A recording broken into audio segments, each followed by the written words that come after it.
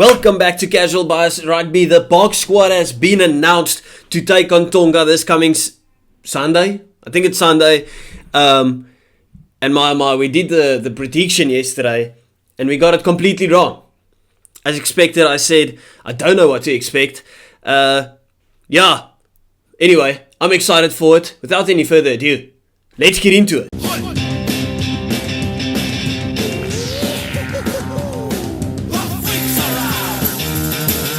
As always, starting off with the front row, and I mean basically for the whole team, I said we shouldn't play with our food when it comes to Tonga. We know they're a competitive team, they're a physical team. Even though we went with rotation, I still think it's a strong team we put out there. Starting off, we got Oxenche in the 1 jersey, Vincent Koch getting his first start, hopefully this time. And then Dion Fourie in the number 2 jersey. So no Bongi Mbonambi in the starting lineup, and in fact, there's no Bongi Mbonambi in the team.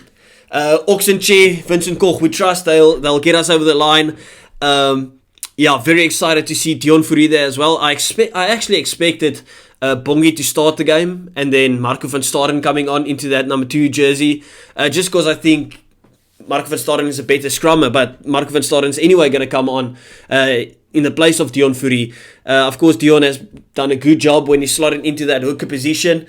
It's just a scrum thing that I don't know too much about, so it's not the thing that I think is a weak scrummager. Just haven't seen enough of him in that hooker position, but we know he made his name as a hooker. So Oxenche and Vincent Koch, I mean, trust. That's what we have in them. Oxenche, of course, played a bit of rodeo stampede when it came to Josh van der Vlier's fingers. That's what you get for being a treacherous South African. And representing another nation. So Ox just gave him some life lessons there. And then Vincent Koch, we said it when we played against Romania. I made the joke to say, listen, it's going to be his first start in about 300 years of playing for the Box. He didn't even get the start. He didn't play. But he's made his recovery now and he's finally getting that start. So well done to him. Moving on to the locks. And I'm surprised. We're going to play Iman Itzebeth and Marvin Ori. I can't even remember who I predicted to play there.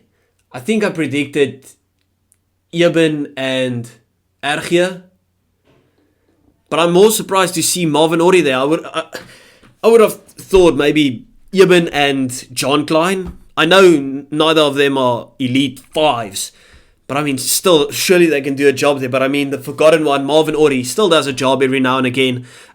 Consistently average, I can say it like that, and I mean that in the best possible way. I do think Marvin brings something to the table. Of course, he's a mastermind when it comes to the lineouts. But yeah, I didn't think Eben was going to play. I know I predicted him to play, just for, I would say, safety reasons. But I mean, if he's ready, you gotta play him. And then Marvin Ori in the 5. Moving on to the Lucies, we got Captain Marvelous, Captain South Africa, Captain Rugby, Siya Kolisi. Partnering him is Dwayne Vermeulen. Now that's the one I didn't expect. I expected Dwayne to go into the 8, but in the 8 position we got Jasper Wiese. So Dwayne Vermeulen and Jasper Wiese on the field. I think this is more of a thing. We need more fetchers on the field. So we've got Dion Fourie, Dwayne Vermeulen and Jasper Wiese. All 3 of them very good at the breakdown when it comes to being fetchers. Of course, usually we would have Malcolm Marx, Steven Kitsoff is good over the ball, Dwayne Vermeulen, Jasper Wiese, whoever. They are usually the fetchers, but without Kitsy and Malcolm Marx there, you have to, show it around a bit. So, very happy to see Dwayne Vermeulen and Jasper Wiese in the team. Excited to see how they go. And then moving on to the backline. We got most of them right, people. We did get most of these guys right, at least. I think we got Eben right. Did I predict Siya to start?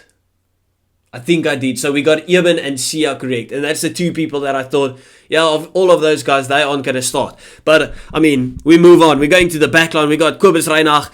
And then, of course, Handré Pollard makes his return.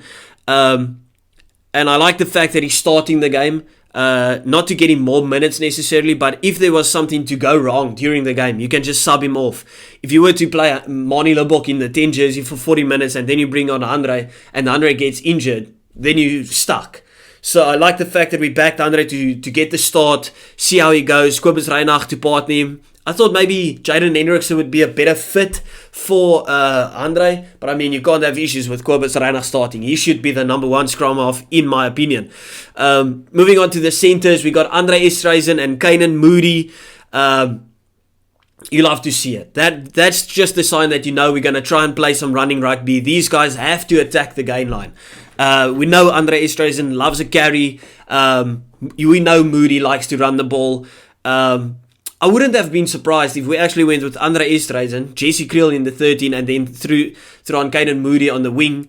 But I mean, you can't have issues or any qualms with Andre Estreisen and Kanan Moody in the center positions. I just hope Andre gets them moving, gets them on that front foot like we know Mani does with the guys. I mean, it will be interesting to see how Andre gets the backline moving, because we know, okay, fine, Mani doesn't kick the best, okay? But let's not act like Andre was the best kicker in the world before his injuries.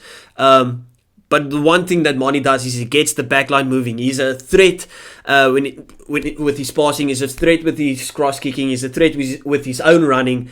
And I think Andre just doesn't bring that necessarily to the table, but he brings the different stuff, of course. Bit of power himself. And then, of course, on the wings, we got the finisher, Makazolo Mapimpi. And on the other wing, we actually went with Grant Williams again. Now, personally, I would not have done that. Of course, Grant had a good game against Romania on the wing. I just feel we're shoehorning him in to get some random game time at the wing when he's never going to play on the wing for us. In the future, like at all. So, bit confused with that one, but I mean, you can't have any issues there. He's got the pace, he's got the step. I don't necessarily think he's the best under the eyeball because he's a scrum half. And then, of course, in the back line, in the fullback position, we got Willie Leroux, Willie Le assist. We predicted him to start there as well. Give Damon Willemse some well-deserved rest time. We know Willie Leroux, how he slots in with Mani Lebok with that interchange on the first receiver. He's brilliant when it comes to that. He reads the game very well. And I think this is the perfect game for him. Yeah, Tonga is the physical team, but I don't think the idea is to give Tonga much of the ball, to have Willie get tackled a lot. He just reads the game, gets his passes away, and makes tries happen. Makes something happen. Going into the replacements, we got Marco van Staden, Steven Kitshoff and Trevor Nyakani. So Frans Malherbe finally gets his rest. I think he needs some rest. I wouldn't say he hasn't been at the races necessarily. I just think that the body's maybe a bit tired. Give him that well-deserved rest. I think it's 2-3 weeks off for him now before our games in the quarterfinals. Of course, we got to win this game first to advance. But Marco van Staden, Steven Kitshoff, Trevor Nyakani, it's just power. Moving on to the lock replacement, we've got Franco Mostert. The guy, he's an absolute workhorse. I say this every single video, but him and the guy that I'm going to name afterwards, Kwagga Smith, both of them just workhorses.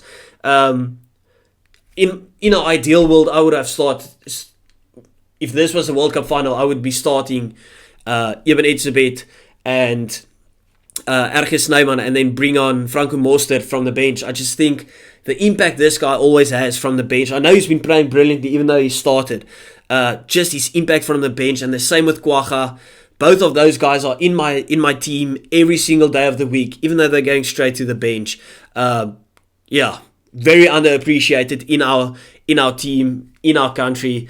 I know everyone rates them, but I truly believe they are two of the most vital players in our team when you look at the bomb squad and stuff.